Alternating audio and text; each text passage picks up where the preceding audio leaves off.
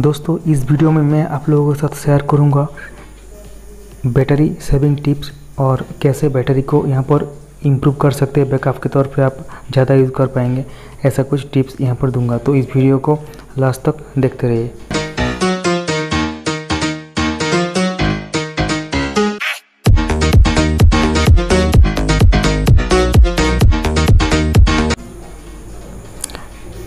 तो दोस्तों जैसा कि आप देख सकते हैं मैं यहाँ पर जो है Redmi Note 7 Pro यूज़ कर रहा हूँ। इसमें हालांकि ये रिसेंटली Android 10 का अपडेट यहाँ पर आया है, MIUI 11 के साथ आया है। और यहाँ पर जो वर्जन आप देख सकते हैं 11.0.2.0 ये Android 10 का यहाँ पर वर्जन है। जैसा कि आप स्क्रीन पे यहाँ पर देख सकते हैं ये Android 10 का वर्जन है। तो इसमें आप देख सकते हैं सिक्योरिटी पैच वगैरह जो है 1 जुलाई का है। हालांकि इस वीडियो में मैं आप लोगों को आगे बताऊंगा कि कैसे मतलब बहुत सारे प्रक्रिया बताऊंगा, बहुत सारे स्टेप्स बताऊंगा कि आपको बैटरी को इम्प्रूव करने के लिए आप किसी भी फ़ोन यूज़ करते हैं रेडमी का या फिर Xiaomi का या फिर पोको का, तो इस ट्रिक को आप काम में ले सकते हैं।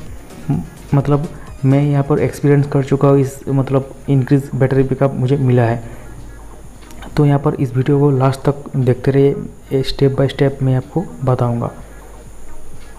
तो सबसे पहले क्या करना पड़ेगा, सबसे पहले आपको सेटिंग में जाना पड़ेगा और अबाउट फ़ोन में जाना पड़ेगा।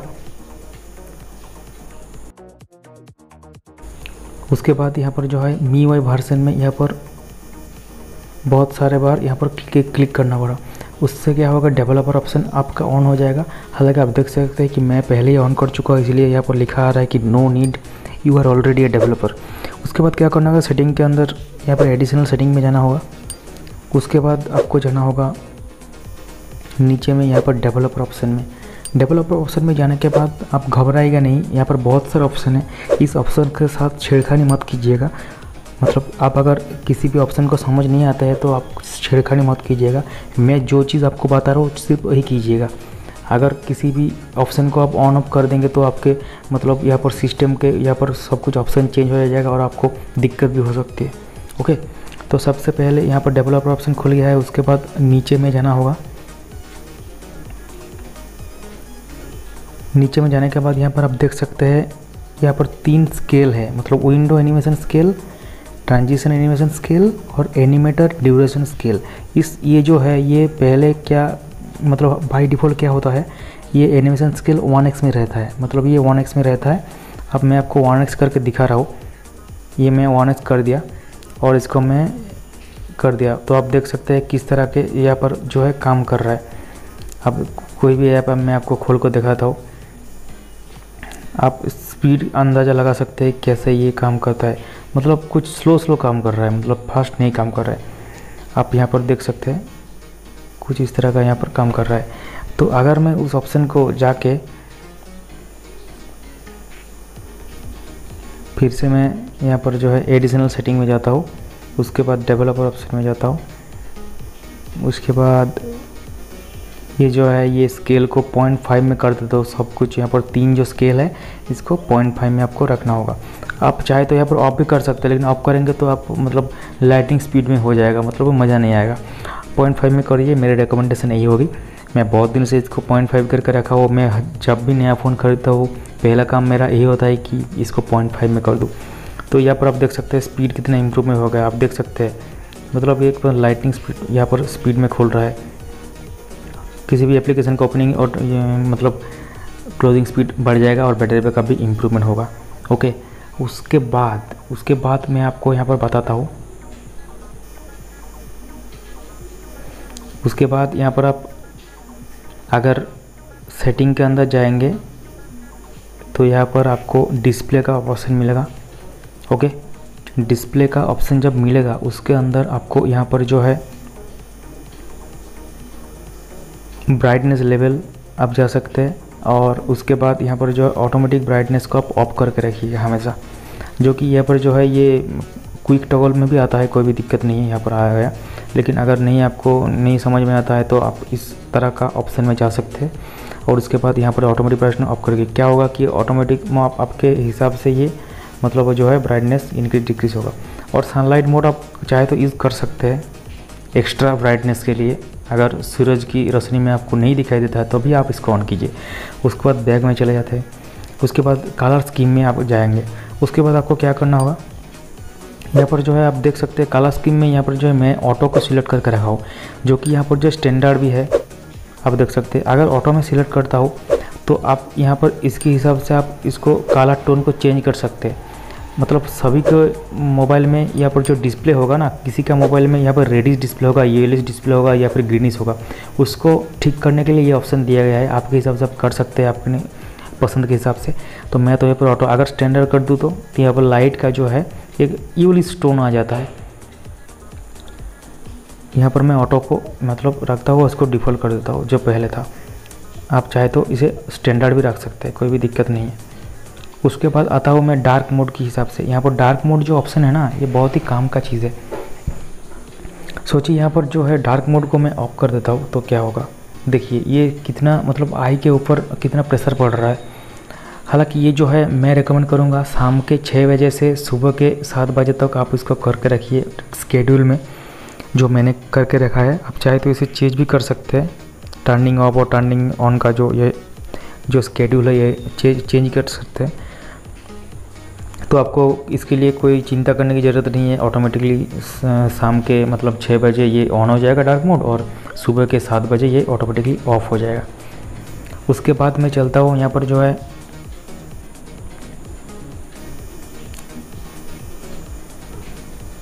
बैक में चले जाता हूँ और उसके बाद साउंड वाइब्रेशन में जाते हैं। साउंड वाइब्रेशन में ये जो है बहुत सारे लोग क्या करते हैं कि अगर ज़रूरत हो तो अलग बात है, लेकिन अगर ज़रूरत भी नहीं है तो वाइब्रेशन को ऑन रखते हैं। मतलब वाइब्रेट फॉर कॉल ये जो ऑप्शन है ना, इसको ऑन करके रखते हैं, ताकि क्या होता है कि जब भी कोई कॉल आता है तो वाइब्रेशन जो मोटर है वो चलने लगता है। तो वाइब्रेशन मोटर चलने के लिए उसको बैटरी कंज्यूमशन होता है, तो बहुत ज़्यादा बैटरी बैकअप यहाँ पर लग जाता है, मतलब बैटरी बैकअप कम हो जाता है आपका। तो यहाँ पर इसको ऑफ करके रखिए। उसके बाद मैं यहाँ पर दिखाया था आपको। उसके बाद आपको क्या करना है, अपने फ़ोन का जो क्विक टॉगल है उसी से भी आप खोल सकते हैं, या फिर ऑप्शन के तौर पे यहाँ पर जो है खोल सकते हैं लोकेशन को। तो मैं क्विक टॉगल में खोल के दिखाता हूँ। क्विक टॉगल में लोकेशन है, इसको प्रेस एंड होल्ड करके रखिए। तो बाय डिफ़ॉल्ट क्या होता है, बाय डिफ़ॉल्ट ऐसा रहता है, मतलब यहीं पर जो है ये सब कुछ ऑन रहता है। ये मैं दिखाता हूँ आपको बाय डिफ़ॉल्ट क्या रहता है।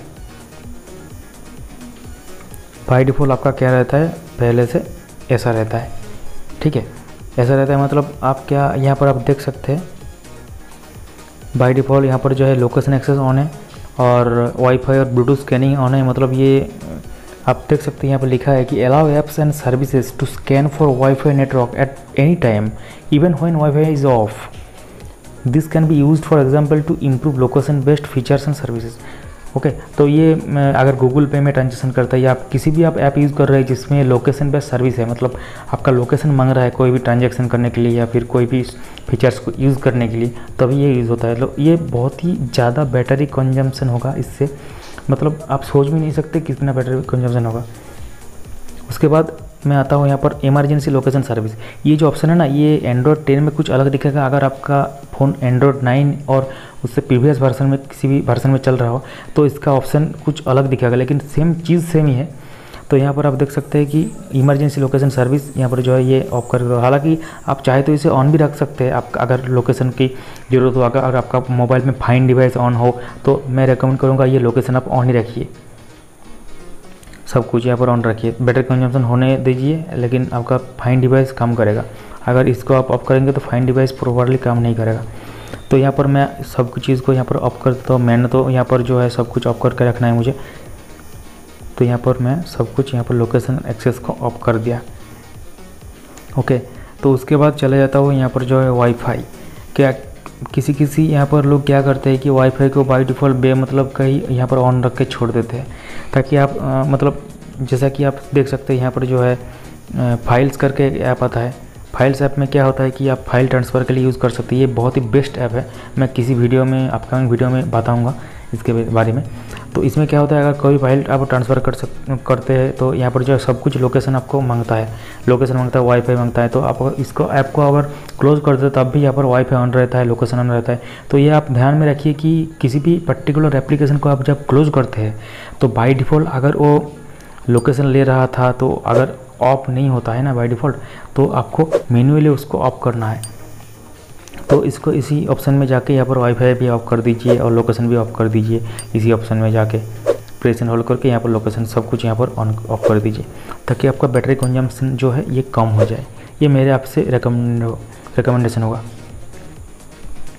ओके, और उसके बाद जो मेन चीज़ यहाँ पर बहुत ज़्यादा जो बैटरी कंजम्पशन करते हैं उसी के बारे में बताऊँगा, वो है सिंक। जो सिंक्रोनाइजेशन सर्विस है ना, ये बहुत ही ज़्यादा यहाँ पर जो है बैटरी कंजम्पशन करते हैं। अगर ऑटो सिंक यहाँ पर रखेंगे ना तो कुछ टाइम पीरियड के अंदर या 10 मिनट या 15 मिनट या 5 मिनट के अंदर आपका मतलब बैकग्राउंड में आप सिंक्रोनाइज होगा, मतलब आप मेल वगैरह आएंगे।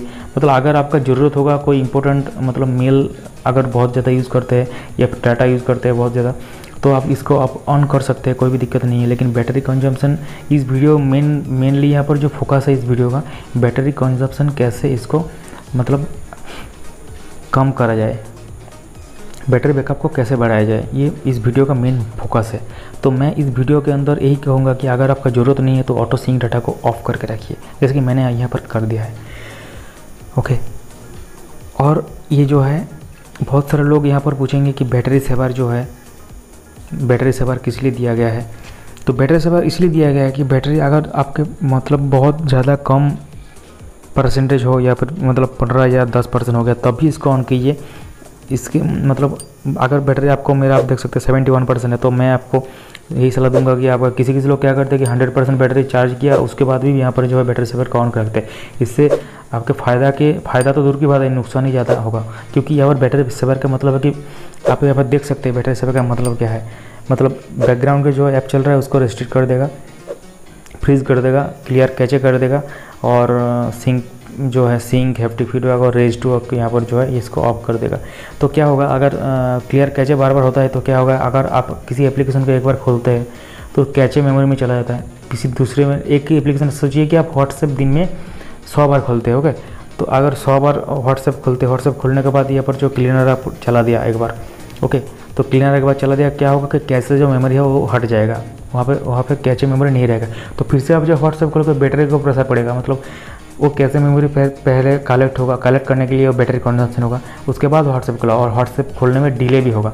ये व्हाट्सएप में के लिए नहीं, ये किसी भी एप्लीकेशन जो आप फ्रिक्वेंटली यूज़ करते हैं तो इसमें आपको डिले नज़र आएगा। ओके, तो यहाँ पर आप स्केड्यूल भी कर सकते हैं बैटरी सेवर, लेकिन मेरा सलाह यही होगा कि आप जब बैटरी यहाँ पर जो है आपका परसेंटेज जो है 20 से नीचे हो तभी इसको ऑन कीजिए।